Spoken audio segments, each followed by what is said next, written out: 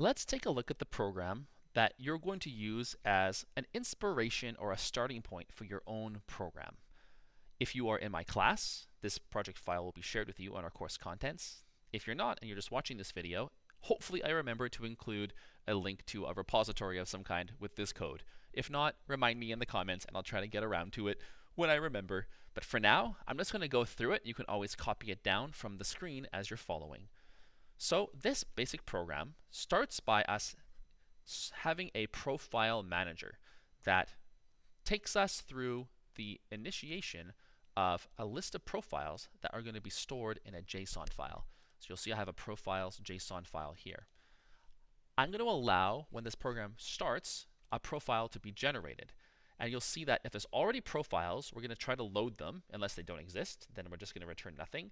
If there is a file already in existence, we're going to try to load it using the JSON loading methodology for an array of different object entries, like we did in the past tutorial here.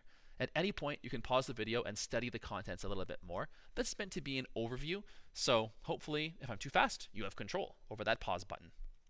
We also have the ability to save our profiles, because they're going to be updated and potentially changing during the runtime of our program. So we want to be able to update the actual file that stores them. Of course, we want to be able to get and add more profiles.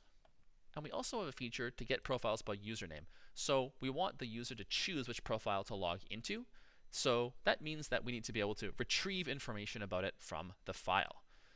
And of course, we want to be able to update and save these. This is a little tiny utility feature to do so. So we have this ability to manage profiles. What's stored inside a profile? Well, some information, the username and their password, and we're going to keep track of a few stats: lifetime wins, lifetime losses, and their top score that they've achieved in this little minigame. When we initialize a profile, we demand from the user a username and a password, but we're going to set the other information to 0, because that's going to be dynamically updated as they participate in our application.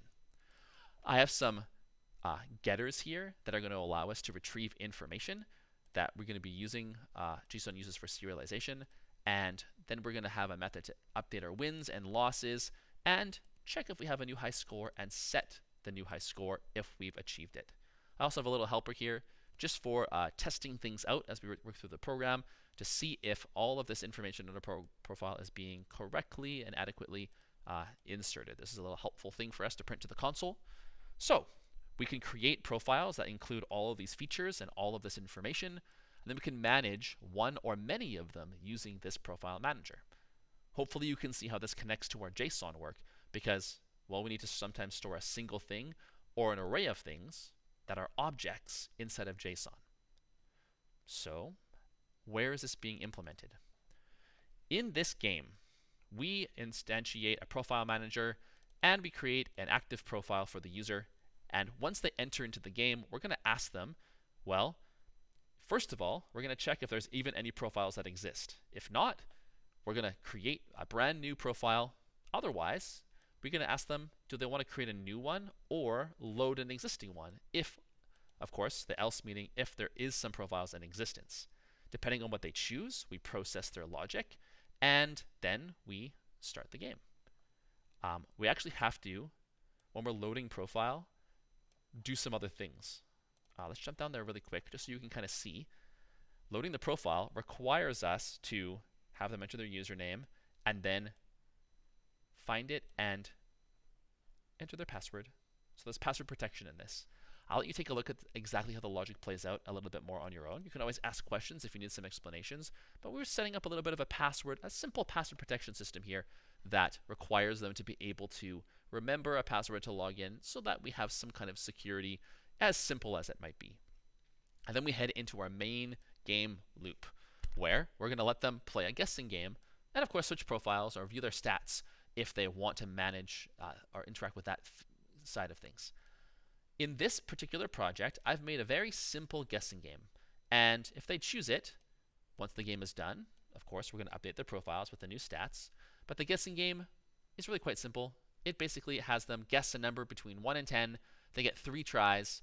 If they get it right, then they win. If they don't get it in the 3 guesses, then they lose.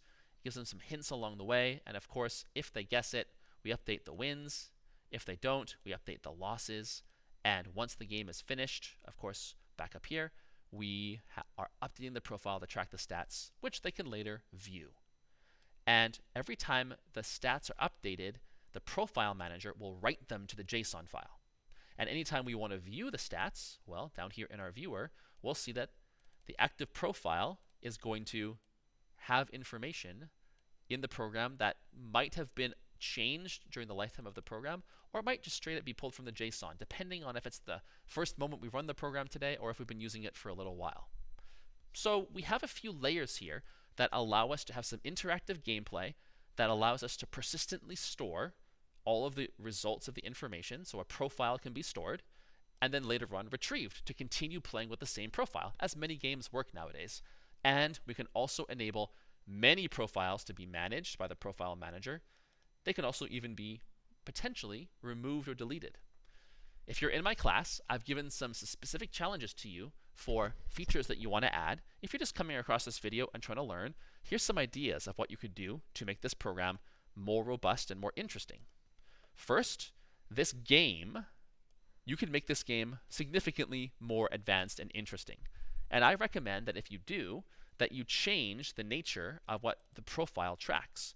The lifetime wins and losses and best score, maybe these are adjusted, or maybe you even add some new categories down below based off of your game.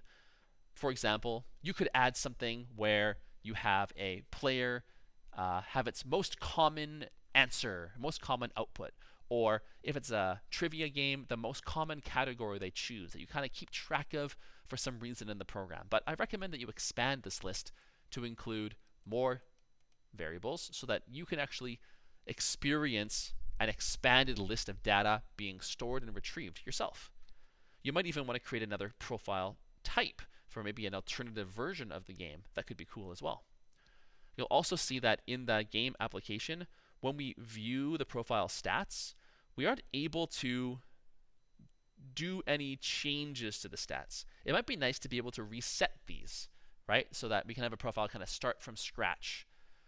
And we could also add something like an administration layer to be able to manage the profile list from within the program. Right now, we don't have the ability to manage the profiles in any direct way as an administrator. You could add a whole admin layer to this that can view existing profiles and add or remove or update them manually as an administrator.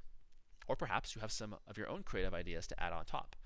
Ultimately, we're just trying to have some fun and practice mastering the fundamentals of JSON in a cool context of something playable, something that has a little bit more complexity so we can really put to the test our abilities or our growing abilities as JSON coders.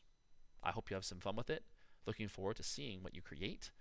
And after this tutorial series, once you're done mastering this, take a look out for, in the near future, me posting my next series that will take what we've learned from JSON fundamentals and expand them into interacting with the web through APIs. Look forward to that. See you soon.